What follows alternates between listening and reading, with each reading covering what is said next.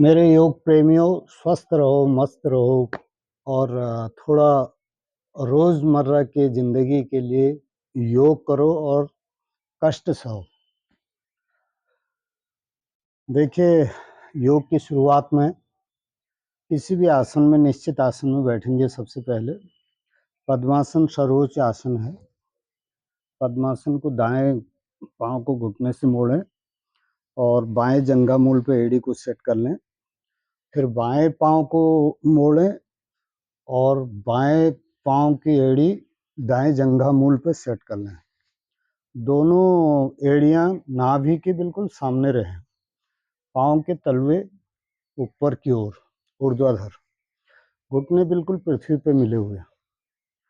आज हमारा जो विषय है बहुत ही रोचक विषय होने वाला है और उसको अंत तक अवश्य देखिए, क्योंकि कुछ चीज़ें हैं, एक्सरसाइजेज हैं और हम लोग विशेषकर पहले उसके ज्ञानवर्धन करा रहे हैं।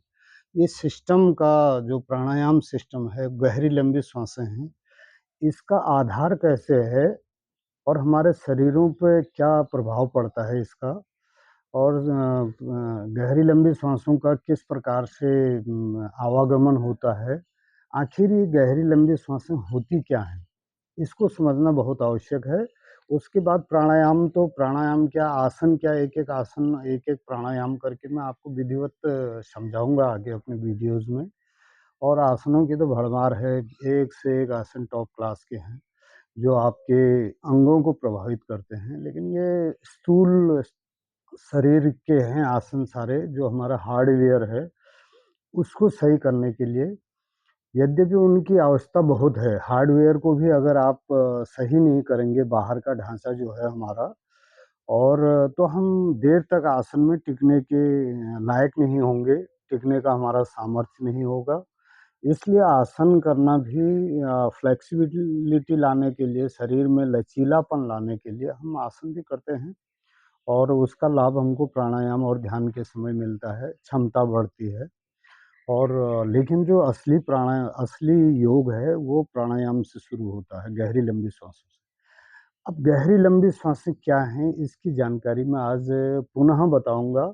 कि लोग कहते हैं, जो बहुत से शिक्षक लोग होते हैं, मैं किसी की बुराई नहीं करता हूँ, लेकिन चूँकि कहीं-कहीं पे अभाव होता है कुछ जानकारियों का, तो गहरी लंबी श्वासें होती क्या हैं कि उन्होंने कहा गहरी लंबी श्वासें लो, लेकिन गहरी लंबी श्वासों का भी क्या अनुपात होना चाहिए? क्या कौन-सी कहलाती हैं गहरी लंबी श्वासें? देखिए, जब हम श्वास भरते हैं, अब हमने पूरी श्वास भरी, जो श्वास भरते हुए जो समय लगा, वो लंबी श्वास है। इसका नाम है लंबी श्वासें। जो जिसमें हम भरते समय भी समय लगाते हैं, समय जो काउंट होगा आपके, ये लंबी श्वासें हुई। और गहरी श्वासें किनकी गिनती होंगी? गहरी श्वासें आप किनको कहेंगे? गहरी श्वासें वो होंगी जो आपके शरीर के 3 भागों में विभाजित होगी। पेट पे, शरीर के मध्य भाग में, अनाहत चक्र के आसपास पूरे, और अंतिम में शरीर के ऊपरी भाग में, 3 भागों में विभाजित होती हैं। तो जो अंदर का उसका संचय है गहरी लंबी सांसों की, गहराई से आपके फेफड़ों में जा रही है, गहराई से आपके मध्य भाग में, गहराई से आपके पेट के भाग में श्वास प्रवेश कर रही है। ठीक है? जब श्वास लेते हैं हम, पूरी श्वास आवश्यक नहीं है आपके फेफड़ों में रुके, पूरी पेट तक भी जाती है, मध्य भाग में भी रुकती है और फेफड़ों में भी रुकती है, तीनों जगह रुकती है। अब उसकी लंबाई वाली, जो लंबाई में व्यय हुआ, जितने सेकंड लगे, मान ले जाए हम 30 सेकंड में एक श्वास भरे हैं। अब जो भरने में और लास्ट में छोड़ने में समय लगेगा, वो गहरी लंबी सांसों में काउंट होगा। गहरी सांसों में कौन सा काउंट होगा? जो आपके पेट के अंदर रुकी, जो शरीर के मध्य भाग में रुकी और जो फेफड़ों के अंदर रुकी हुई वायु है, वो उसकी गहराई है, वो गहरी श्वास है। देखिए, मतलब ये रहस्य सीखे कि गहरी लंबी श्वासें आखिर हैं क्या। अब गहरी लंबी सांसों का असर कहाँ-कहाँ पर पड़ता है, ये बहुत आवश्यक है जानना, क्योंकि हमारे शरीर की अगर हमको हमारे फिजिक की अगर जानकारी नहीं होगी, तो हम उन भागों को प्रभावित नहीं कर सकते हैं। तो इसलिए ये रहस्य हमारे शरीर का रहस्य ज़रूर जानना चाहिए। तो इसमें सबसे पहले क्या होते हैं, जब हमारा शरीर सीधा होता है, तो हमारा मेरुदंड सीधा हो गया, यानी आपकी रीढ़ की हड्डी बिल्कुल सीधे हो गई, स्पाइन बिल्कुल। अब आप क्या करेंगे, बैकबोन सीधे होने में आप इसके सारे हमारे जो बैकबोन की जो मेरुदंड की हैं, वो 33 गोटियाँ होती हैं पूरी। अब 33 में कौन-कौन होती हैं, कैसे प्रभाव में लाना है आपके वायु के द्वारा, ऑक्सीजन के द्वारा। 7 होती है सर्वाइकल की और 12 होती है थोरैसिक रीजन की, डोर्सल रीजन भी बोलते हैं इसको हिंदी में। तो ये 12 गोटियाँ इसके पीछे से होती हैं बीच वाले भाग में, थोरैसिक रीजन में। और 7 हमने बताया आपको सर्वाइकल पार्ट में पूरा, जो कि आपके सर्वाइकल का भाग और ये गर्दन का भाग पूरा, इसमें 7 गोटियाँ होती हैं रीढ़ की। और बीच में जो लंबर रीजन होता है, जिसमें L1, L2, L3, L4, L5 में आपके कमी है कहते हैं, उसमें दोष निकालते हैं डॉक्टर्स लोग।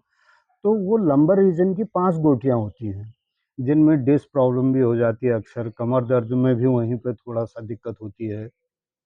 तो ये 5 गोटियाँ आपके लंबर रीजन की होती हैं और 5 और 4 का एक जोड़ा होता है लास्ट में टेल तक, जो इसका अंतिम भाग होता है गुदा द्वार के पास में, वहाँ तक जो होती हैं वो 9 गोटियाँ अलग होती हैं, 5 और 4 का सेट। तो कुल मिला के जो है 33 गोटियाँ हो गई आपकी मेरुदंड की। अब 33 गोटियाँ कैसे प्रभाव में आती हैं, किन चक्रों के साथ कौन गोटियाँ होती हैं, ये एक सिस्टम बना है इसका, ईश्वर ने ऐसा विधान बनाया है, उसका सॉफ्टवेयर वास्तव में कमाल का है। अगर आप जानकारी करें तो देखिए, आप सबसे पहले नीचे से चलते हैं हम, क्योंकि पृथ्वी तत्व है, इस समय हम पृथ्वी में बिल्कुल एडजस्ट हैं। तो पृथ्वी तत्व से क्या है आपका, सबसे पहले आपका मूलाधार चक्र आता है। मूलाधार 4 पंखुड़ियों वाला होता है और इसमें इतनी बड़ी शक्ति समाहित होती है, सारा जननेंद्रियों का और सारा केंद्र यहाँ पर ही लास्ट में, जननेंद्रियों का नहीं, जो गुदा द्वार निष्कासन वगैरह सारा सिस्टम यहीं से बना हुआ है। मूलाधार का मतलब है, जैसे पृथ्वी का आधार शेषनाग है मान्यता के लिए, और उसी प्रकार हमारे शरीर का आधार देखिए मूलाधार है। तो मूलाधार इतनी बड़ी चीज है शरीर की। तो मूलाधार कहाँ पे है, ये पृथ्वी तत्व है और ये अंतिम गोटियां हैं मूलाधार की। जो हमने 9 गोटियां बताई, उसमें से जो 4 अंतिम गोटियां होती हैं बिल्कुल गुदाद्वार के पीछे, वो अंतिम गोटियां आपकी मूलाधार होती हैं। यानी 2 अंगुल ऊपर स्वादिष्टान से 2 अंगुल नीचे, और लास्ट स्थिति से जहाँ पर निष्कासन द्वार होते हैं, उसके 2 अंगुल ऊपर आपका मूलाधार चक्र होता है। यहीं पर आपके जो महासर्पिणी होती है कुंडली, और वो भी वहीं पर विराजमान होती है मूलाधार चक्र के पास ही, आप ये समझिए। तो दूसरा आता है, और इसका जो मूलाधार होता है, अगर कभी कभी मंत्रों से इसका उच्चारण करें, इसको जागृत करने का विचार आए, तो इसका बीज मंत्र होता है लम लम लम लम। ये इसका बीज मंत्र है मूलाधार का। अब सेकेंडरी हम आते हैं स्वाधिष्ठान चक्र, मेरुदंड के जनेंद्रियों के ठीक पीछे। और यहाँ पर सबसे पहले पृथ्वी तत्व था हमारा, अब जल तत्व आ गया। यहाँ पर जल की पर्याप्तता होती है और जल की आपूर्ति सारे शरीर को यहीं से होती है। मान लीजिए ये जल का स्टॉक है हमारा स्वादिष्टान चक्र। ये क्या होता है, मेरुदंड के जनेंद्रियों के ठीक पीछे, मतलब जल तत्व जहाँ पर समाहित होता है उसके जस्ट पीछे होता है, मूलाधार से 2 अंगुल ऊपर। तो यहाँ पर एक 8 पंखुड़ियों वाला जो है कमल खिला होता है, बिल्कुल बहुत ही अच्छा। जो लोग काफ़ी अंतर्भावी होते हैं, यानी कहेंगे जिसको अपने आत्म को देखने का अभ्यास हो जाता है, वो लोग सारे चक्रों को का दर्शन करते हैं। तो स्वाधिष्ठान चक्र हमारा इतना बढ़िया चक्र है, इसमें जो हमारे ब्लड और जो जल तत्व है, जल तत्व में आपका ब्लड भी आता है, समझिए। क्योंकि जल और जल से ही आपके श्वेत रक्त कणिकाएँ और लाल रक्त कणिकाएँ जब मिलती हैं, आपका ब्लड का फ़ॉर्मूला बन जाता है। तो इसलिए जल तत्व का प्रतीक है आपका स्वाधिष्ठान चक्र, जो 7 चक्र होता है आपका। और इसका बीज मंत्र अगर इसका स्मरण करें, इसको जागृत करने का प्रयास करें, तो इसका बीज मंत्र होता है वम। इसको बोलते हैं जैसे, इसका जप कैसे करते हैं, वम वम वम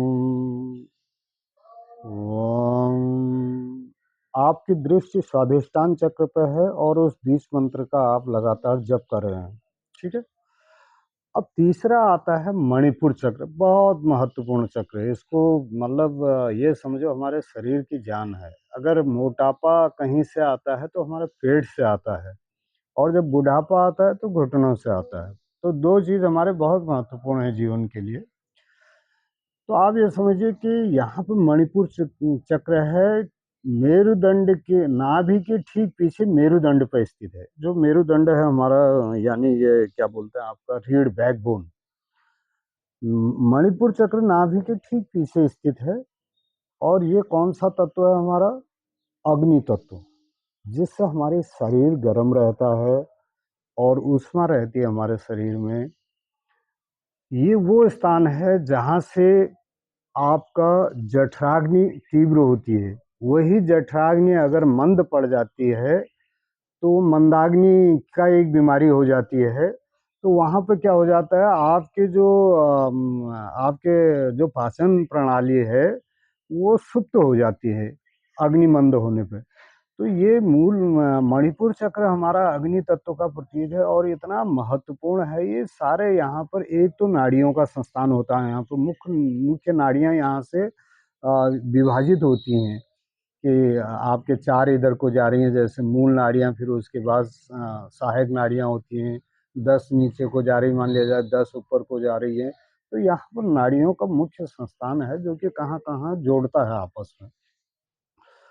तो यहाँ पे 2 चीज़ हैं, एक तो आपका पाचन क्रिया सिस्टम। तो इसको हम प्रभाव में लाने के लिए कभी-कभी कहते हैं कि आप उड्डयन बंद लगाइए। बंद भी 3 होते हैं ना, मूल बंद। जो मूल बंद क्या होता है, आपका मूलाधार चक्र को आपने ऊपर को उसका आकर्षण किया, अपान वायु होती है वहाँ, अपान वायु का जब ऊपर को आकर्षण किया आपने, तो आकर्षण के समय आपने छोड़ दिया आकर्षित रहते हुए, तो ये मूल बंद हो गया आपका, यहाँ पर बंद लग गया ये।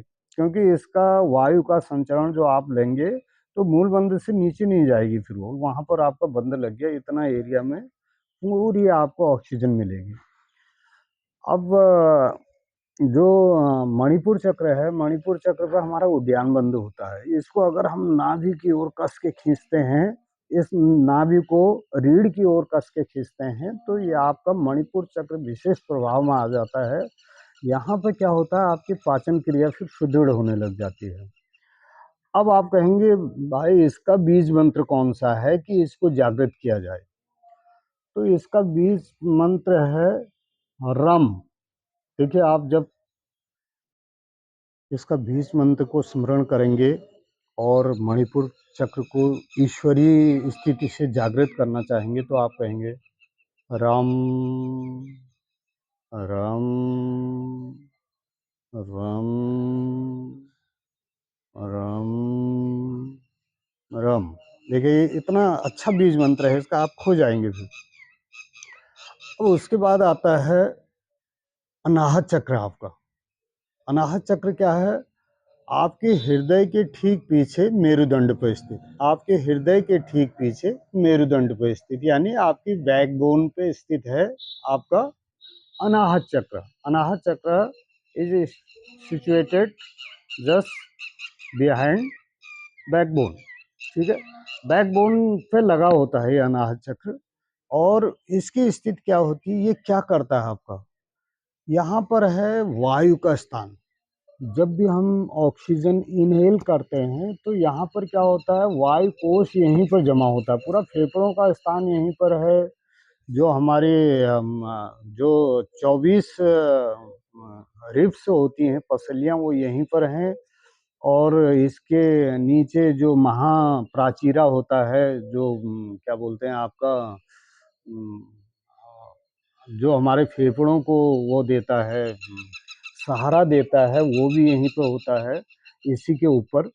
ये इसी से फेफड़े को दबाव बनता है, यानी स्टर्नम भी होता है बीच में। तो कुल मिला के ये बहुत महत्वपूर्ण जगह है, जहाँ पर देखिए हम खाने के बिना कुछ देर रुक जाएंगे, पानी के बिना हम पूरा दिन रुक सकते हैं, लेकिन हवा के बिना, ऑक्सीजन के बिना हमारे 2 मिनट के बाद जो है स्वाहा। तो इसलिए ये वायु तत्व का स्थान है यहाँ पर अनाहत चक्र के ठीक पीछे। वायु स्थान को इतना पवित्रता से रखना चाहिए कि ये हमारी असली जान है वास्तव में, क्योंकि प्राण वायु, समान वायु, व्यान वायु, उदान वायु और 10 फिर नहीं 5 उपवायु होती हैं, जैसे नाग है, कृकल है, आपके देवदत्त है, धनंजय है। ये आपके उपवायु होती हैं। ये विशेष प्रभाव, जैसे आदमी डेड हो गया, मतलब मर गया कहा उससे, तो धनंजय वायु लास्ट में भी रहती है, जो जिससे आपको लगता है कि हाँ थोड़ा गर्म तो है इसका शरीर, तो वो धनंजय वायु है उस समय भी उसके शरीर में, लेकिन बॉडी जा चुकी है। तो इसलिए वायु का भी, इसीलिए वायु की जानकारी होनी चाहिए कि जो वैद्य लोग होते थे वो हमारे क्या, ये वायु प्रणाली को ही तो जानते थे। वो जानते थे कि आप दाएं स्वर आपका चल रहा है, बायां स्वर चल रहा है, मध्य स्वर चल रहा है, तो उससे वो रोग बता देते थे। दूसरा नाड़ी पकड़ी उसने उसने देखा कि नाड़ी कौन सी, नाड़ियों का कहाँ पर स्थान है, नाड़ियाँ पकड़ी, नाड़ियों से रोग को बता दिया कि इसकी जठराग्नि पे प्रभाव है या इसके सीने पे प्रभाव है, उससे उन्होंने बता दिया। तो एक सुदृढ़ प्रणाली है ये वायु की जानकारी। अब अनाहत चक्र के बारे में बता दिया हमने कि ये इतना महत्वपूर्ण है, सारा वायु का स्थान यहीं पे है, और वायु हमारे जीवन में इतनी महत्वपूर्ण है, हमने बता दिया आपको। जैसे आप केदारनाथ में जाइए, आप जब ऊंचाई लग जाएगी तो आपको वायु का स्तर धीमा हो जाता, तो आपके श्वास फूलने लग जाती है ऊंचाई में। तो वायु इतने, तो ये हमारा केदारनाथ है, आप समझिए बिल्कुल। हाँ, यहाँ पे बिल्कुल नहीं के नीचे केदारनाथ है, ऊपर ये आपका ऊपर का मतलब केदारनाथ नहीं कहेंगे इसको, क्योंकि केदारनाथ में हवा का स्तर कम हो जाता है जैसे चढ़ाई में। तो इसलिए आप ये समझिए कि ये एक पवित्र स्थान है केदारनाथ, इसलिए आप बोल देंगे इसको कि ये पवित्र स्थान है। यहाँ पहुँचने के बाद जो है हमारा जीवन है। अब उसके बाद आता है आपका विशुद्धि चक्र। विशुद्धि चक्र कहाँ पे होता है, कंठ के ठीक पीछे मेरुदंड पर स्थित। ठीक है, यहीं पर थायराइड और पैराथायराइड आदि ग्रंथियों के बारे में बताएंगे हम आपको कि यहाँ पे कौन कौन सी ग्रंथियाँ होती हैं, उनका प्रभाव कैसे होता है। तो यहाँ पे आप ये समझिए विशुद्धि चक्र जो है ये आकाश तत्व का स्थान है। आप ये मानिए कि आकाश में क्या नहीं है, हाँ, आकाश हमको दिख तो नहीं रहा है, इसमें रिक्तता है पूरी। देखिए, कभी आप बंद देखते हैं इसको, कभी आप खुला आसमान देखते हैं, तो इसमें कितनी चीज समाहित हो जाती है। पानी भी इसमें है, बादल भी इसमें है, तारे भी हैं इसमें, और सूर्य भी हैं। आप क्या नहीं है आकाश में, जहाँ खाली जगह मिलती है वहाँ सब घुस जाते हैं। तो हमारा ये विशुद्धि चक्र ऐसी जगह देखता है, ऐसी जगह को आपको बताता है शरीर को कि यहाँ पर खाली जगह है, आप रेस्ट कर देते हैं। तो रिक्तियाँ हैं ये आकाश तत्व, यहाँ पे जो है ये रिक्तियों का स्थान होता है। जो अनाहत चक्र का है, तो उसका हमने आपको शायद वो बीज मंत्र नहीं बताया, उसका बीज मंत्र होता है यम। जैसा आपने कहा यम यम यम यम यम। तो ये यम यम रटने से क्या हो, यम यम स्मरण करने से क्या हो जाता है, ये अनाहत चक्र की ओर दृष्टि जब होने लग जाएगी, तो अनाहत चक्र जो हृदय के ठीक पीछे मेरुदंड पर स्थित है आपका, और तो वो आपका जागृत हो जाता है। इसमें 4, 8, 12 पंखुड़ियाँ होती हैं इसमें, अनाहत चक्र में कमल की 12 पंखुड़ियाँ हैं, आप ये समझिए। और जब आप विशुद्धि चक्र पर आते हैं, यहाँ पर 16 पंखुड़ियाँ हैं कमल की, जो हमारा साहित्य में बताया गया है, और जो दिव्यदर्शी होते हैं उनके अनुसार। और अगर आप दिव्यदर्शी हो जाएंगे तो आपको भी दिखेगा। तो कहने का मतलब विशुद्धि चक्र हमारा इतना महत्वपूर्ण है कि यहाँ पर आकाश तत्व है, सारी रिक्तियाँ यहीं से ढूंढता है कि आपको रिलीफ कहाँ पर मिलेगा, कहाँ पर आपको किस किस जगहों पर आपके खाली जगह है, उन क्षेत्रों को ये पूरा शरीर में, जैसे हमारा पृथ्वी के साथ आकाश है, उसी प्रकार हमारे शरीर के साथ भी आकाश तत्व है। ठीक है, यहाँ पर रिक्तियाँ हैं, सब चीज़ इसी में है लेकिन कुछ भी नहीं है, ऐसा दिखता है। तो उसके बाद आता है आज्ञा चक्र। आज्ञा चक्र में 2 पंखुड़ियों वाला कमल होता है, और श्वेत वर्ण का, बहुत ही सुंदर जगह है। यहाँ पर आज्ञा चक्र जो है ये आदेशों का स्थान है। ये ठीक आपके 1-1.5 इंच अंदर की ओर, जहाँ पर टीका लगाने वाला स्थान है आपका, भगवान शंकर का स्थान है यहाँ पर, तीसरा नेत्र। ठीक है, यहाँ पर जो है बड़ी बड़ी शक्तियाँ रहती हैं, जैसे डाकिनी शक्ति है, तो ये शक्तियाँ यहाँ पर प्रवेश रहती है। और एक लिंग स्वरूप भगवान शंकर का रहता है। तो यहाँ पर शिव का स्थान है, और आदेश देने का स्थान है, और मस्तिष्क भी यहीं से सारा मूवमेंट करता है, उसका भी अपना स्थान है माइंड का। तो कुल मिला के जो है आप ये समझिए कि ये इतना महत्वपूर्ण है। ये दिशा निर्देश सारा, जहाँ पर भी आपको पेट में दर्द हो रहा है, निर्देश यहाँ से मिलेंगे आपको कि भाई आपको क्या करना है, आप डॉक्टर के पास जाना है, या आपको लेट के कोई अजवाइन वगैरह, अदरक वगैरह का पानी पीना है, या क्या करना है करके ये आपको डायरेक्शन देगा। तो उसके अनुसार आप काम करते हैं, उसके अनुसार आपकी बुद्धि आगे शुरू हो जाती है काम करना। तो ये आज्ञा चक्र है, इसका मंत्र आप सभी लोगों को मालूम होगा। विशुद्धि चक्र का मंत्र हम है। विशुद्धि चक्र छूट गया था, विशुद्धि चक्र का मंत्र है हम हम हम ये विशुद्धि चक्र का मंत्र है। अब इसके बाद आता है आज्ञा चक्र। आज्ञा चक्र का मंत्र जो 3 अक्षरों वाला है, अ उ म, यानी 3 लोग इसी में समाहित है, ब्रह्मा विष्णु महेश, सब त्रिलोकीनाथ का इसमें वास है। प्रणवाक्षर के मध्य ये तीनों एक आरती भी है, प्रणवाक्षर के मध्य, ये प्रणव अक्षर है। तो उसमें कहा गया है प्रणवाक्षर के मध्य ये तीनों एक, मतलब ये 3 लोग एक हैं, तो ये प्रणव है।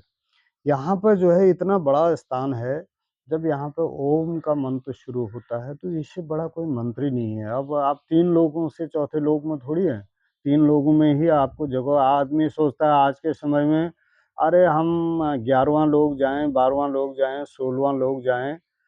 ये पहले 3 लोगों की तो हो जाए, 3 लोगों के लायक तो काम हो जाए इस पृथ्वी में, जब आप यम का नियम पालन करोगे। यम क्या है? सत्य, अहिंसा, अस्तेय, अपरिग्रह और ब्रह्मचर्य, 5 हैं यम, और 5 ही नियम होते हैं। जब इन यम नियमों को पालन, अब आपके अंदर लोभ मोह तो छूटा नहीं, आप सोचते हो कि हम 11वें द्वार में प्रवेश कर जाएं। तो 11वें द्वार में, 12वें द्वार में, 14 द्वार में आपको पुरुषों में, या क्या बोलते हैं, जो हमारा समाज है उसमें समानता और ईश्वरीय भाव आ जाना चाहिए कि ये मेरा और ये आपका नहीं होना चाहिए। परिवार को या समाज को आप एक समझना शुरू कर देंगे, तब आप सोचेंगे। आज सत्संग में बताते हैं कि हम आपको सीधे इस द्वार में ले जाएंगे, ठीक है, गुरु महिमा है। गुरु महिमा मतलब एक चौपाई भी है, गुरु ग्रह गए पढ़न रघुराई, अल्प काल विद्या सबाई। तो ये गुरु के पास जब जाते हैं आप, चाहे मैं हूँ गुरु या दूसरा है कोई भी, तो उससे विद्या का जो आप एक लॉन्ग ड्यूरेशन लेते हैं वो जल्दी पिकअप हो जाता है। लेकिन मतलब आप कहेंगे मैं सद्व्यवहार न करूं, यम नियमों का पालन न करूं और गुरुजी हमको सीधे ले जाएंगे, तो it is not possible to human being और ह्यूमन बीइंग। तो मेरा कहने का मतलब है, आप सब चीज़ मानिए लेकिन अपने को जानो सबसे पहले। जब तक आप अपने को नहीं जान पाएंगे, योग हमारा यही करता है, योग दर्शन, कि हम अपने को तो जान नहीं पाए। हम देख रहे हैं कि हम 12 लोग चले जाएं, 14 लोग चले जाएं, सारा भुवन का भ्रमण करने लग जाएं, उसके बाद परिभ्रमण करने लग जाएं, तो ये कैसे संभव हो सकता है?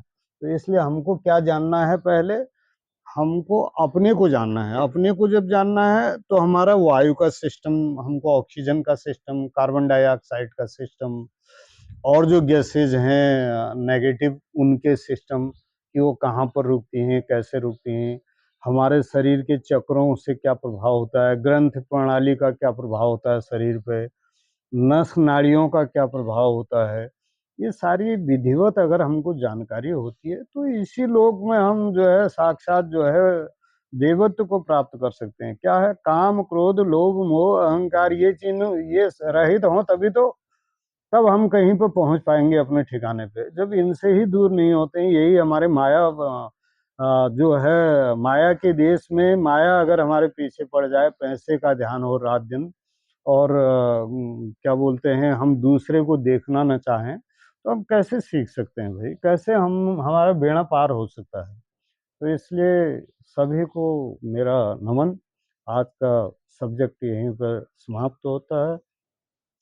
वीडियो को ज़रूर देखें, सब्सक्राइब करें या न करें, लाइक करें या न करें, लेकिन आप अपने शरीर का, अपने चक्रों का, अपनी प्रणालियों का थोड़ा बहुत जितना मुझे अल्प ज्ञान है, उसको ग्रहण अवश्य करना मेरा आपसे निवेदन है। धन्यवाद।